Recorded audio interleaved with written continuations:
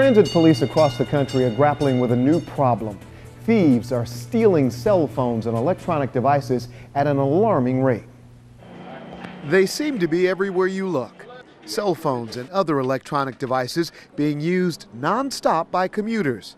They're a great way for people to stay connected and entertained, but they've also become a target for thieves. Anything that's worth any money, it's not surprising. What the world's coming to, it's getting crazy out here. With the theft of electronic devices on the rise both locally and nationally, police across the country have stepped up enforcement efforts.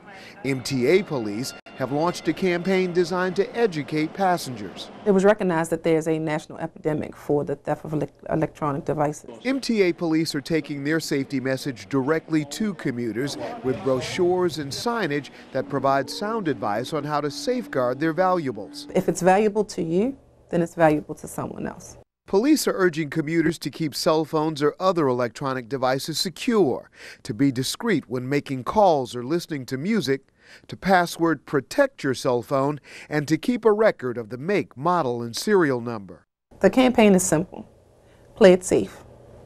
Stow away your electronic devices, all of them, not just hold it in your hand or put it in your breast pocket. And customers say they will heed the warnings. Just keep my phone in my pocketbook. Yeah. I wouldn't even have it all in the open now that I know. Cell phone snatch and grab crimes are not only an issue for the MTA, it's a crime police agencies everywhere are grappling with. We are joined now by MTA Police Lieutenant Kelly Holman and Lieutenant Greg Hanna of the Washington Area Transit Authority for a more expansive look at how this is being addressed. Lieutenant Hanna, I'd like to start with you. When did your agency first begin to notice a spike in these kinds of crimes? Well, there's always a up and down flow of spikes in electronic devices being stolen. Generally, it's centered around holidays. So we just had a Christmas holiday, and so we anticipated that coming out of the holiday that there may be a spike and uptick in electronic devices being stolen. And what kind of message are you sending to WMATA passengers, many of them MTA passengers, about how to protect themselves? Well, we're passing on a lot of safety tips. I mean, the transit police is aggressively addressing the issues, but we also need the help from our public and our customers to do different things to try not to make themselves a victim of crimes. So some of the things that we're doing in our campaign is making regular announcements in the station. We're making regular announcements in the buses. We also have flyers and campaigns that we're putting out that the officers are actually going out to the stations and meet and greet sessions with our customers and passing these items out and making them more aware. If we see someone that looks like they could be susceptible of a crime, we make sure that they get the literature.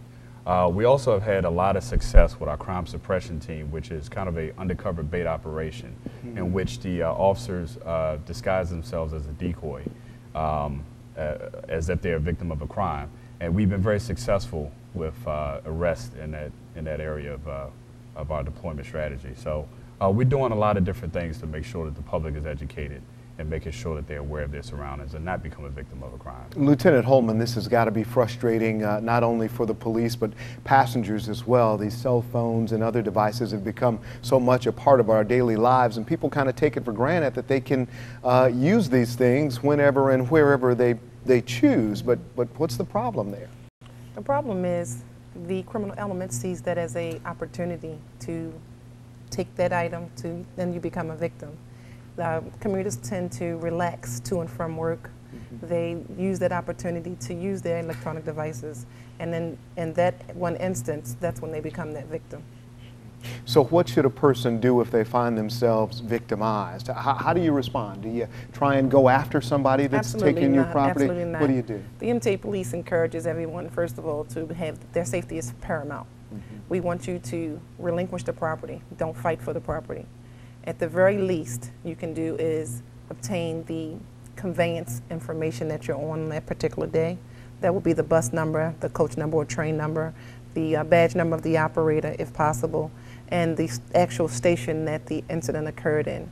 And then to follow that up, if you have an iPhone or some type of electronic device that has a serial number, you want to record that number in a different location, just in case you are the victim of a crime. That number can be utilized to help try and find your property. You also would like to download any type of tracking application that is available for your device. And remember the password for that tracking application so that when the police do come, they can try to use that to try and locate your property. What's the recovery rate, Lieutenant? Are you able to get much of this stuff back, or is it once it's gone, it's gone? Well, in some cases, in some instances, we have been able to recover the devices, or at least at the very least find a location or general vicinity where the suspects are located. I mean, just as Lieutenant said, I mean, we experience the same type of things in our system. And we convey the same messages. Those GPS tracking portions of the phone, electronic devices, are extremely helpful. If we know that those things are active and that people actively monitor those things on their devices, our detectives are usually pretty quick with being able to utilize that technology to try to track the suspect or the movement of that electronic device. But we have been pretty successful with recovering, but you know, it doesn't happen quite often. And we want to be clear here. This is not just a Baltimore issue. This is not just a Washington issue. We're now seeing this on transit properties across the country. Yes, we absolutely. are, especially in New York City. New York City has put out that their spike in crime is directly related to electronic devices. Really? Yes. And what are thieves doing with these things?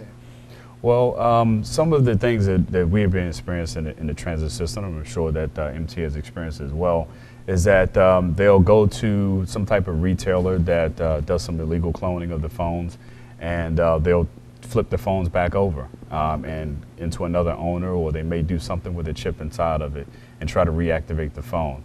There has been recent legislation that has been passed, and we're hoping to be very successful with it across the country, which is called bricking, which essentially makes the phone render useless after it's reported stolen and can never be reactivated again. It goes on what's kind of like a blacklist. And so with that just starting to roll out, we're starting to campaign our efforts towards that to make customers aware of that. Hopefully it's very successful. If people want to know more information about it, they should contact their wireless provider. I was going to say, is that something we can encourage our customers to call their congressmen about if that's legislation we want to see on the books? Absolutely. Okay. All right. Well, thank you so much for coming in. And the message to customers is if you are on an MTA system or a WMATA system or anywhere out in public, to safeguard your devices. Think twice before you pull it out, and always be mindful of your surroundings. Thank you so much. You're welcome. All right. Thank you. Well, on January 21st, Inauguration Day, hundreds of people left their cars at home and climbed aboard MARC Train to the nation's capital to witness and be a part of the historic inauguration of America's 44th President, Barack Obama. Commuter Connections spoke with a group of MARC riders just before their exciting trip to this historic event. Train E1, please begin to form a line at gate letter E. They started arriving well before the first MARC train would leave Baltimore's historic Penn Station. People from across the country headed to Washington to witness history. The inauguration of President Barack Obama on the federal holiday honoring the birth of Dr. Martin Luther King Jr. I wanted to be part of history, something I could tell my grandchildren and pass it on for generations to generations. We really like President Obama and what he stands for, and think he's helping move this country in the right direction and looking out for the welfare of everybody, not just those at the top, and that's important to me and my family, so that's why we came. They came from as far away as Palo Alto, California, Shreveport, Louisiana, and Newton, Massachusetts. For most, this would be their first time riding a MARC train, but others knew this was the best way to get to Washington. I went to the inauguration in 2009, and I took MARC train. So I knew that was the only way I wanted to go again. Anthony Palmer of Baltimore is a regular MARC customer. This was option number one. It's easier, it's easy access, it's a great opportunity to take MARC train, and it's the best way to travel. The rare holiday service provided travel options for thousands of people on the Penn and Brunswick lines. Tickets were sold online at the MTA transit store and at select stops along the lines. First we was looking for the Metro train, and we just happened to find a MARC train on accident, but then it was real easy to look for a ticket on there, so we went and got it. My daughter rides it frequently, so she said that's the way to go. So we got the commemorative ticket, and it's awesome. And they're beautiful. They're keepsake tickets. I'm going to put in a photo album and keep it forever. Up next, it's our Ask the MTA segment. Stay with us. We'll be right back.